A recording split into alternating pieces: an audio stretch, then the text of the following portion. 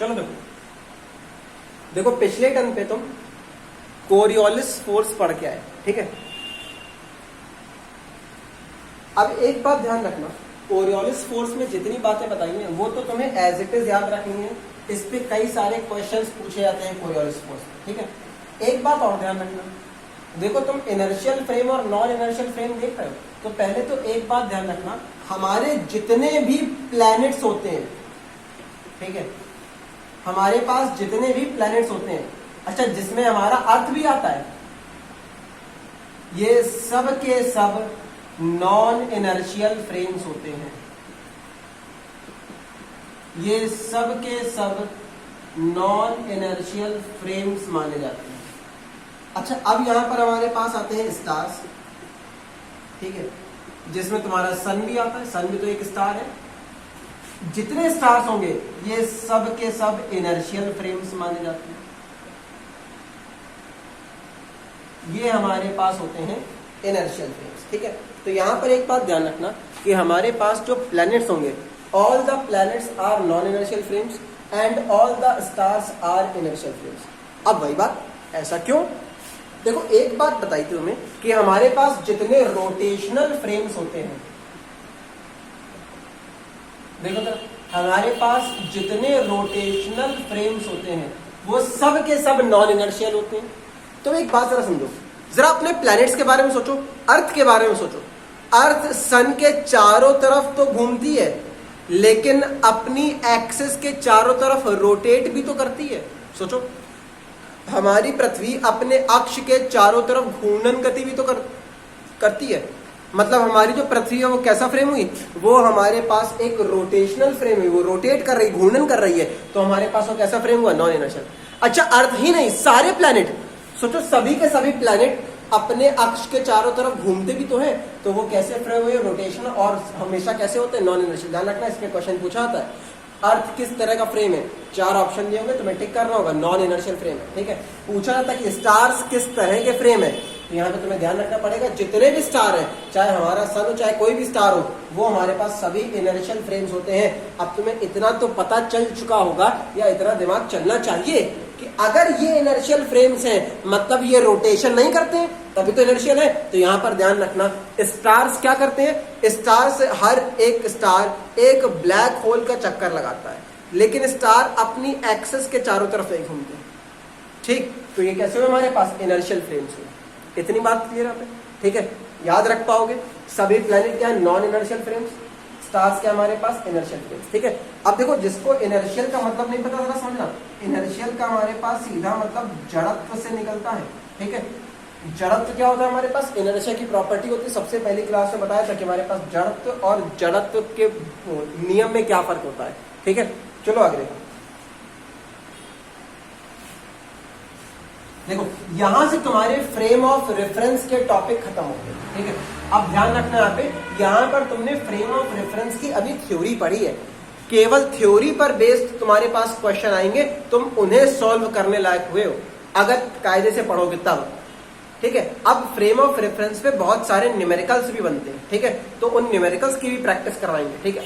अभी जरा रुको, बाद में तुम्हें न्यूमेरिकल्स की हर एक चैप्टर के न्यूमेरिकल की एक एक करके प्रैक्टिस करवाएंगे, ठीक है। तो अब एक बात जरा समझते हैं। अब यहाँ पे अगला टॉपिक आता है, अगला टॉपिक आएगा हमारे पास कंजर्वेटिव फोर्सेस। ध्यान से देखो, यहां पर हमारे पास आएगा कंजर्वेटिव फोर्सेस। अब ये क्या होता है, सबसे पहले तो एक बात सुनो, अगर कंजर्वेटिव फोर्सेस है तो यहां से इतना दिमाग चलना चाहिए कि नॉन कंजर्वेटिव फोर्सेस भी होने चाहिए, हमारे पास नॉन कंजर्वेटिव फोर्सेस भी होने चाहिए, तभी तो कंजर्वेटिव फोर्सेस बनता है। अब ये कंजर्वेटिव फोर्सेस होते क्या है, जरा देखो, हम इनको कहते हैं संरक्षी बल, ठीक है। और ये हमारे पास क्या होते हैं, ये हमारे पास होते हैं असंरक्षी बल। अच्छा, संरक्षित तो समझ में आ रहा होगा, तुमने यहाँ पे एक लॉ पढ़ा है बचपन से, कंजर्वेशन ऑफ एनर्जी, ऊर्जा का संरक्षण, ठीक है, वहीं से हमारे पास ये आया है। तो अब जरा देखते हैं यहाँ पे, अब ध्यान सुनना, तुम्हें कंजर्वेटिव फोर्स समझना है, नॉन कंजर्वेटिव फोर्स अपने आप समझ में आ जाएगा, ठीक है। चलो देखते हैं अब यहाँ पे कंजर्वेटिव फोर्सेस क्या होते हैं। अच्छा एक बात जरा देखते हैं, हमारे पास दो पॉइंट है, एक पॉइंट ए, दूसरा पॉइंट बी।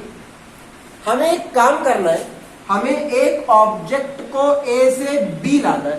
ठीक, हमें एक ऑब्जेक्ट को ए से बी लाना है। सोचो अगर ए से बी लाना है तो हमें कुछ ना कुछ वर्क करना पड़ेगा।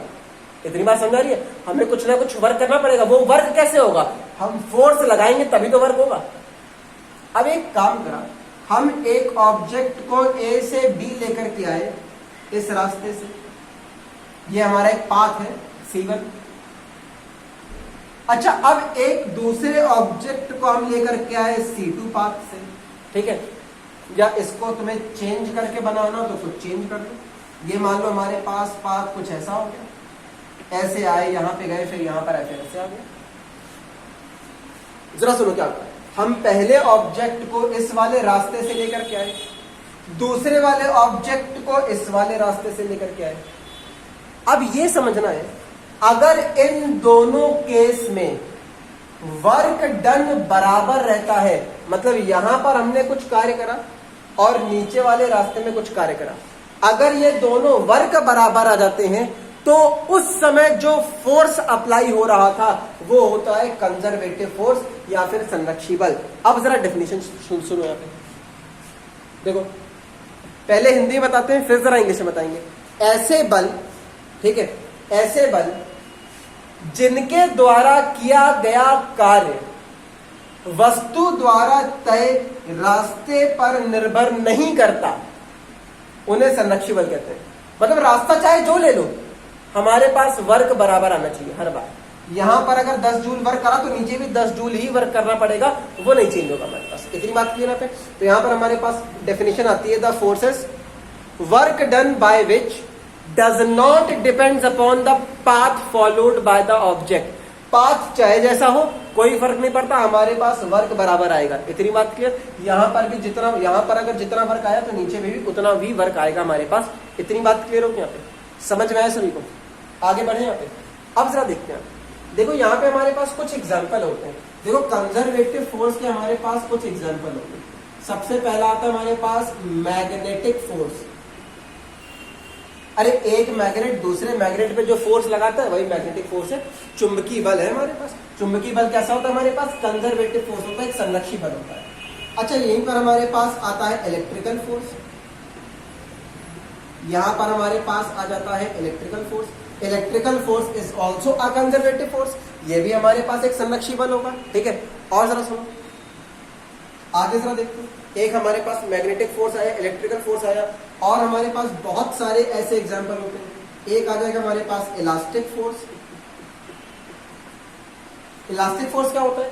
जब तुम किसी स्प्रिंग को खींच देते हो, खींचने के बाद छोड़ोगे तो वो वापस आती है, उस समय जो फोर्स अप्लाई हो रहा होता है वो हमारे पास इलास्टिक फोर्स होता है। और जरा सोचो, इस तरह से हम कई सारे एग्जांपल ले सकते हैं। ग्रेविटेशनल फोर्स, ग्रेविटेशनल फोर्स हमारे पास होते हैं गुरुत्वीय बल। ग्रेविटेशनल फोर्स भी हमारे पास एग्जांपल है कंजर्वेटिव फोर्स का। इतनी बात क्लियर है यहाँ पे? अब जरा ध्यान चलता,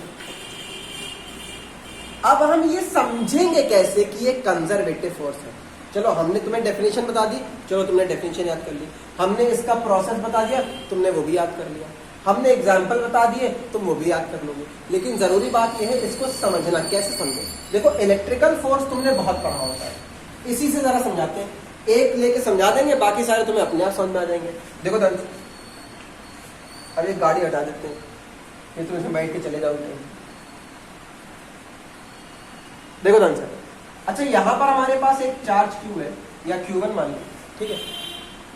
अच्छा यहां पर हमारे पास दूसरा चार्ज Q2 है, ये मान लो हमारे पास कुछ R दूरी है। अच्छा यहां पर भी हम R दूरी पर उतना ही बड़ा चार्ज रख देते हैं। अब एक बात जरा बताना, अगर मान लो हमें यहां पे इस चार्ज को इस तरफ लेकर के आना है तो कुछ वर्क करना पड़ेगा। अच्छा जरा सोचो, इस चार्ज को इस तरफ लेके आना तो कुछ वर्क करना पड़ेगा। सोचो जरा, सेम चार्ज है, सेम डिस्टेंस है, लेकिन रास्ते अलग अलग है। एक बार इस रास्ते से आ रहे हैं, एक बार इस रास्ते से आ रहे हैं। थोड़ा सोच के बताओ, क्या वर्क अलग अलग आएगा क्या? बिल्कुल नहीं। वर्क का फॉर्मूला होता है हमारे पास V × Q। सोचो जरा, यहां पर पोटेंशियल सेम होगा, यहां पर पोटेंशियल सेम होगा, हम Q2 को लेकर के आ रहे हैं, दोनों बार वर्क बराबर आएगा, चाहे तुम जिस रास्ते से आ जाओ, यहां से आ जाओ, यहां से आ जाओ, यहां से आ जाओ, या वहीं से कहीं दूर चले जाओ, कोई फर्क नहीं पड़ता। हमारे पास जब तक R और Q2 सेम रहेगा तब तक वर्क हर बार बराबर आएगा। बात समझ आ रही है यहाँ पे? इतना क्लियर हुआ यहाँ पे? अब सोचो और कैसे भी सोच लो, मैग्नेटिक फोर्स को इसी जगह रख के सोच लो, एक मैग्नेट रखा हो, तुम दूसरे मैग्नेट को चाहे यहां से लाओ, चाहे यहां से लाओ, चाहे यहां से लाओ, कोई फर्क नहीं पड़ता। अगर मैग्नेट एक है तो तुम्हारे पास यहाँ पे वर्क हर बार सेम आएगा। यही चीज ग्रेविटेशन फोर्स में हो सकती है, इलास्टिक फोर्स में हो सकती है। इतनी बात क्लियर यहाँ पे? तो यहाँ पे ध्यान रखना, हमारे पास संरक्षी बल क्या होते हैं? ऐसे बल जिनके द्वारा किया गया कार्य वस्तु द्वारा तय रास्ते पर निर्भर नहीं करता। The forces work done by which does not depend upon the path followed by the object। इतनी बात क्लियर है यहाँ पे? अब आगे जरा सुनो, रास्ते पर डिपेंड नहीं करता, रास्ता चाहे जैसा हो, हमारे पास वर्क सेम आएगा। इतनी बात क्लियर यहाँ पे? अब आगे देखते हैं। अच्छा, जैसे हमारे पास संरक्षी बल है, कंजर्वेटिव फोर्स है, वैसे ही यहाँ पर लिखा था हमने नॉन कंजर्वेटिव फोर्स। अच्छा, नॉन कंजर्वेटिव फोर्स की डेफिनेशन के बारे में सोचो, तुरंत दिमाग चलना चाहिए। ऐसे फोर्स, ऐसे बल जिनके द्वारा किया गया कार्य वस्तु द्वारा तय रास्ते पर निर्भर करता है, डिपेंड करता है, तो वो क्या हो गया हमारे पास? Non conservative force. अच्छा, अब एक ऐसा फोर्स सोचो जिसके द्वारा किया गया वर्क रास्ते पर डिपेंड करता है। तुरंत दिमाग में आएगा, तुरंत सोचो, फ्रिक्शन फोर्स, घर्षण बल। सोचो जरा, अब एक बात जरा समझते हैं।